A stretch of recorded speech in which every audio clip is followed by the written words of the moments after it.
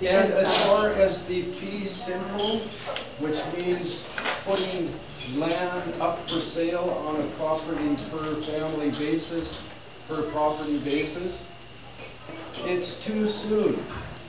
There's too much culture clash still. It's only your great-grandfather, great-grandfather, which had the initial rights of the Constitution given to them in the first place. It's too soon. If anything, try to let the government know it's too soon. Maybe in the future we'll be prepared a little bit better for dealing with things as you see it, meaning the government. It's too soon. You want to put something on your placards? Save our ecological system, not just our rights. Save our rights and save our land ecology. Save, Thank you, Ron. Thank you, but I really want others to speak to. Save your, I have to leave. I'm leaving now. Save your ecology. Yeah. If you want to put something on your placards, save our ecology and contact your MLAs. Let them know that you want to have a more positive, and let the populations know. Contact your newspapers. What do you want to do? Contact your newspapers. Let the people know the white or other populations that they need to know more about the negative impact of that bill. Yes, I know. Education is a big thing. Thank you. It is important to be informed about everything. You have to be informed before you engage. There is a great lack of information in the white population. There is an information session on Tuesday at the Friendship Center. Yeah. It's a huge event. Information session. Is that the Enbridge thing? Or something? No, it's just nothing. I think so, yeah. Is there something going on at the Friendship Center about Enbridge? It has to do with everything. It's to be informed about all of this from the start to where we are now. What time? I think it starts at 5. There's an event circulating on Facebook. Yeah, I can check it right now. There's going to be a whole bunch of sessions about educating, but it's about what it is. Partly what he said is we can't. One of the other things we got going for us is we got a lot of non-Aboriginal people supporting us as well. So we need to involve them, we need to engage them, get informed. Flash mobs are great. The pressure is excellent. You can contact your, someone did this on Facebook. I'm a big Facebook guy. Someone did this on Facebook. They had a, I don't know, you call it a post. And on it, if you just put your area code into it, it'll tell you, it'll take you directly to your member of parliament. The federal member of parliament. So then you just go, whatever, you put your area code, it gets you your member of parliament, and then you can send your message. And that's a good piece of advice. Right on. And if a whole bunch of us started sharing that on Facebook, right, that's one small way, right? And having your voice heard.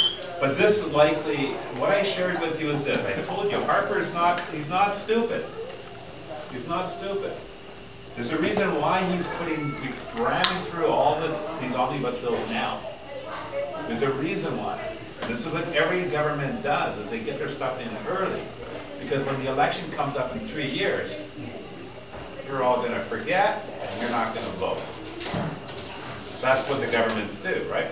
So the thing about I Don't Know More, where I come from, this is my little I Don't Know More thing, and why I wanted to be here, was it's about this. It's about small circles like this, getting informed, getting engaged. The reason we have to learn, not just for ourselves, but it's for the little ones, right? It's our responsibility to protect their rights and their children's rights. And that's what this is about. And it was like, because I was a young lady in 1969, and my mother was quite involved with Mackenzie at that time, and they made a video call somewhere between, talking about all the things that are going on across Canada, the residential school and things like that. So, you know, now I'm older, and I'm seeing that we've made some progress, but at the same time, with all the young people that are here, you know, 40 years, how long it doesn't seem that long to me, like it just seems like yesterday. But when you put it in context, that's a long time ago. And what strides has Mackenzie UNN made since then to today? Well, Quite a bit. Betterment of our. Here's something for you. Yeah. Here's something for you. This is what people don't think of. I don't want to sort of bring you all down, but think about this. 90 years ago on the Northwest Coast, 90 years ago, our population, because our population was way up here, all the smallpox, all the diseases, everything, right? Our population went down like this. Right up until, what's 90 years ago from today? 1920s, around? 1920s, our population was down here. Since 1920s. In 90 years, our population is gone like this. It's skyrocketed. We have a very young population. We have the highest, we have the youngest population in Canada, the youngest population in British Columbia, and in Vancouver. We have the fastest growing population. More of our young people are getting educated, the more we're able to help. Like places like this place, I mean, I was just blown away when I walked in here and I saw Sunny, and I saw all these Aboriginal people, parents and others sitting in here sharing a meal. We need to claim space throughout the whole city. It's not just about taking our space in the Parliament buildings or in the legislature over in Victoria or at City Hall. It's about claiming our space in Mount Pleasant Neighbourhood House, Mount Pleasant Community Center. ABC. Why? Because we can help take care of the basics that our children and our families need. Then they can get more informed, more engaged, and help more grown people, other people, all people. Because that's how we're going to do it. The one last thing I wanted to answer your question about what I wanted to say, and people, is, I mean, I live and breathe this stuff all the time. In 90 years, wow, we've done a lot. And we forget about that. We forget about all the Supreme Court decisions that we've won against Canada because it refuses to honor its Constitution. We're winning on every level. The Supreme Court, the UN Declaration of Rights of Indigenous Peoples. We're winning, we're winning, we're winning.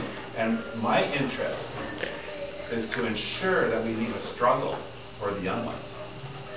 Because you're the ones that are going to have to do this.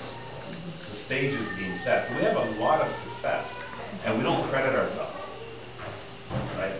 There's a lot. I know, we only have a couple of minutes, and when I think about I don't know more, and again I say, we were never poor before. Everybody worked.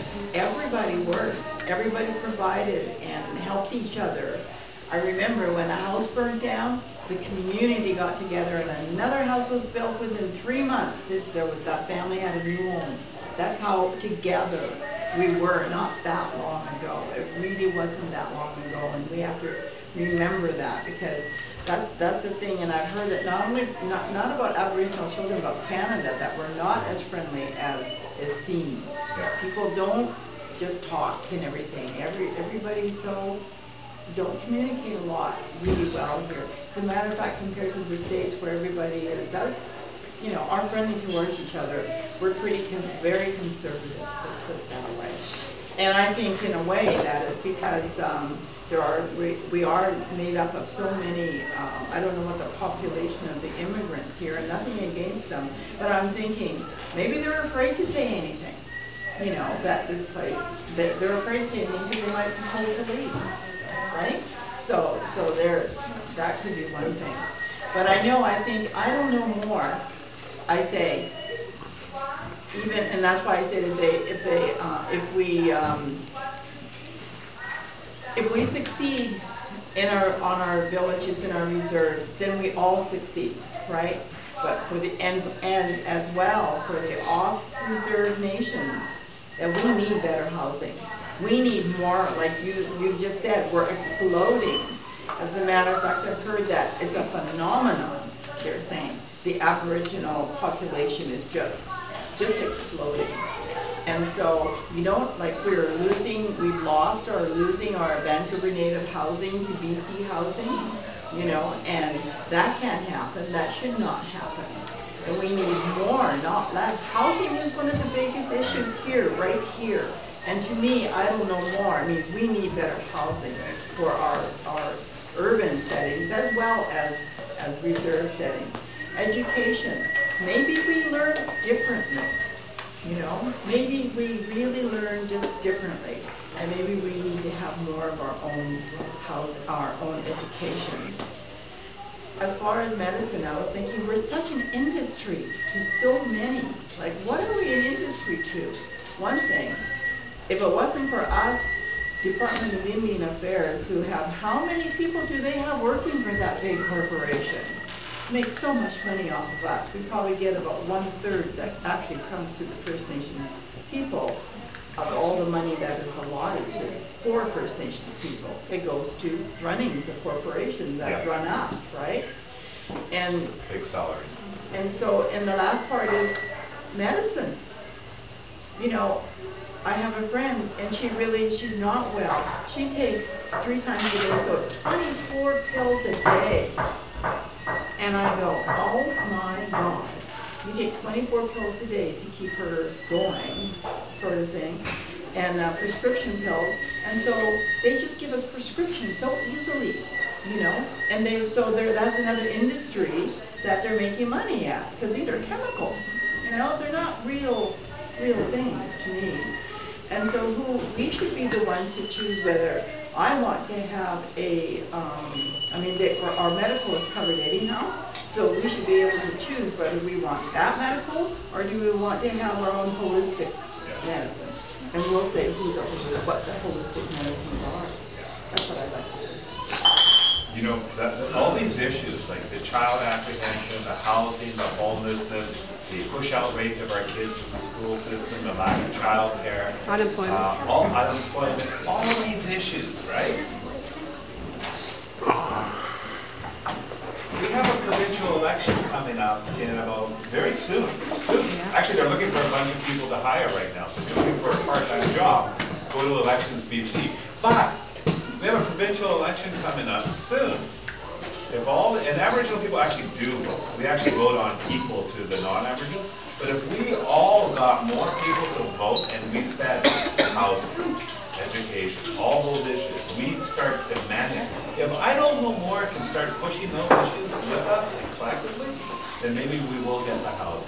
Maybe our people won't be pushed into the downtown inside and stuck with the buildings, all the nasties that we know that happen down there. But the only way you do that is like this, getting informed, getting engaged, and getting more people engaged. Make it happen. Thank you. Thank you very much. Thank you so much.